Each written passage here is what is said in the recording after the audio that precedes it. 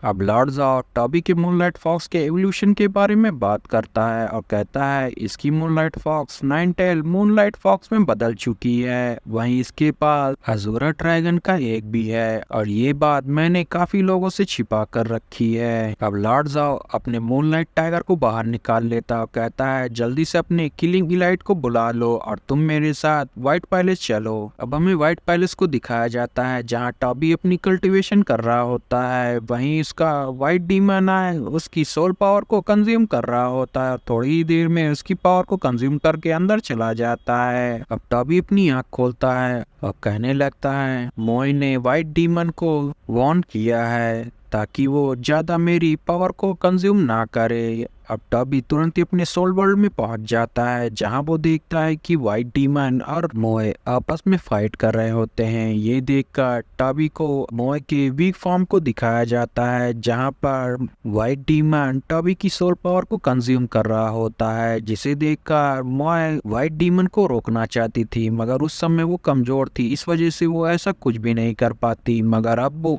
Powerful हो चुकी है। अब दोनों ही आपस में फाइट करने लगते हैं जहां व्हाइट डीमन टॉबी की और भी ज्यादा सोल पावर को कंज्यूम करना चाहता था मगर वो ऐसा नहीं कर पा रहा था क्योंकि मोए उसे ऐसा करने से मना कर रही थी और दोनों के बीच फाइट होने लगती है जहां पर टॉबी के ऊपर फायरबॉल गिर जाती है जिसकी वजह से वहां पर काफी बड़ा ब्लास्ट होता है। अब हम टॉबी को देखते हैं जहां पर वो कहता है व्हाइट डीमन अभी के अभी फाइट करना बंद कर दो। टॉबी के सारे ही सोल पेट वहां पर आ जाते हैं जहां पर टॉबी उससे कहता है तुमने आज काफी ज्यादा सोल पावर को कंज्यूम कर लिया है, अब तुम ज्यादा सोल पावर को कंज्यूम नहीं कर पाओगे।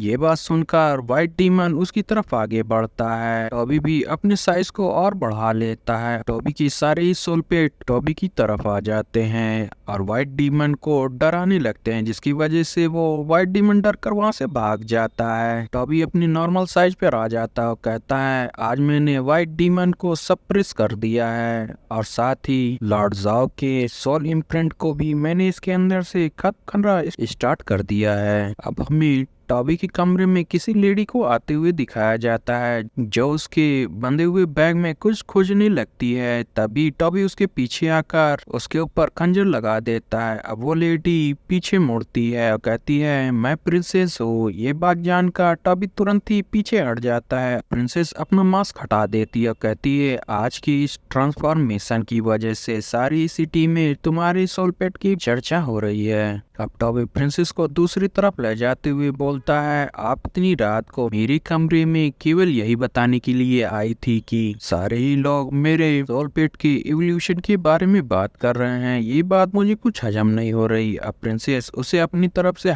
दूर करते हुए बोलती है तुम अपने शब्द को थोड़ा संभाल कर बोलो। अब टॉबी दूर होते हुए बोलता है मैं बस आपसे यही पूछना चाहता हूँ क्या दूसरे लोगों को इस बारे में बताना आपको परेशान कर रहा है। अब प्रिंसेस इस क्वेश्चन का कोई भी जवाब नहीं देती और तुरंत ही उससे बोलती है तुम अपने नाइन टेल को बाहर निकाल सकते हो, मुझे उसे देखना है। अब टॉबी मोए को बाहर निकाल लेता है जिसे देखकर प्रिंसेस तुरंत ही उसे अपनी गोद में ले लेती है और टॉबी से बोलती है तुम्हारे मोए की कंटिन्यू चेंजेस मुझसे छिपे नहीं हैं और मैं इस बात को लॉर्ड ज़ाओ से भी छिपा नहीं सकती। प्रिंसेस की नज़र टॉबी की पैक किए हुए बैग के ऊपर पड़ती है और वो कहती है तुम यहाँ से जा रहे हो, तो टॉबी बोलता है हाँ। प्रिंसेस उससे बोलती है तुम अपने सोल पेट मोए को मेरे पास ही छोड़ दो, मैं तुम्हें गारंटी देती हूँ जब तुम ज्यादा पावरफुल हो जाओगे तो मैं तुम्हारी मोए को वापस कर दूंगी। अब मोए अपने आप को छुटाते हुए तुरंत ही टॉबी के पास आ जाती है।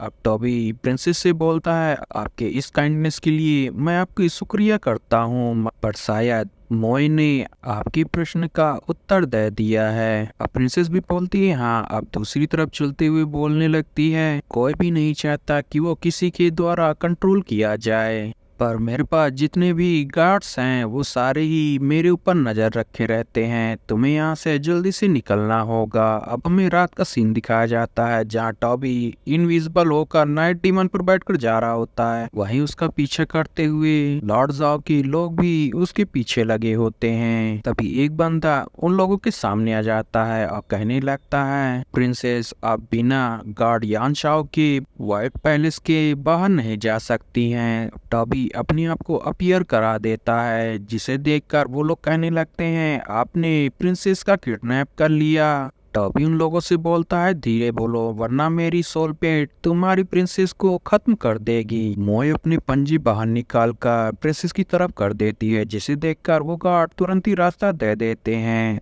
अब टॉबी वहां से चला जाता है। ये देखकर वो दोनों गार्ड कहते हैं हमें इसके बारे में लॉर्ड जाओ को बताना होगा, और उनमें से एक गार्ड वहां से चला जाता है। अब हम देखते हैं कि टॉबी प्रिंसेस को एक लेक के पास छोड़ देता है और कहता है आपने मेरी काफी मदद की है, इसके लिए शुक्रिया। अब टॉबी वहां से चला जाता है। तभी प्रिंसेस का गार्ड वहां पर आ जाता है, कहता है प्रिंसेस आप ठीक तो है ना, हमारा कारवां यहाँ पर आ ही रहा होगा, पर पहले मुझे गद्दार यान शाओ को पकड़ने जाना होगा। और ऐसा कहकर वो वहां से चला जाता है। वहीं हमें प्रिंसेस को दिखाया जाता है जो कि कह रही होती है कि तुम जिंदा रहना और मेरी एक्सपेक्टेशन के ऊपर खरे उतरना। अब हमें लॉर्ड जाओ को दिखाया जाता है जो कि अपने सारे सैनिकों के साथ उसे ढूंढ रहा होता है। तभी एक सैनिक उसके पास आता है और कहता है कल रात को टॉबी प्रिंसेस को किडनैप करके जियांगलांग टेरिटरी में जा रहा था, हमारे दो गार्ड उसका पीछा कर रहे हैं। ये बात सुनकर लॉर्ड जाओ कहने लगता है हमें जल्दी से उसकी तरफ जाना होगा, मुझे टॉबी किसी भी हालत में जिंदा चाहिए।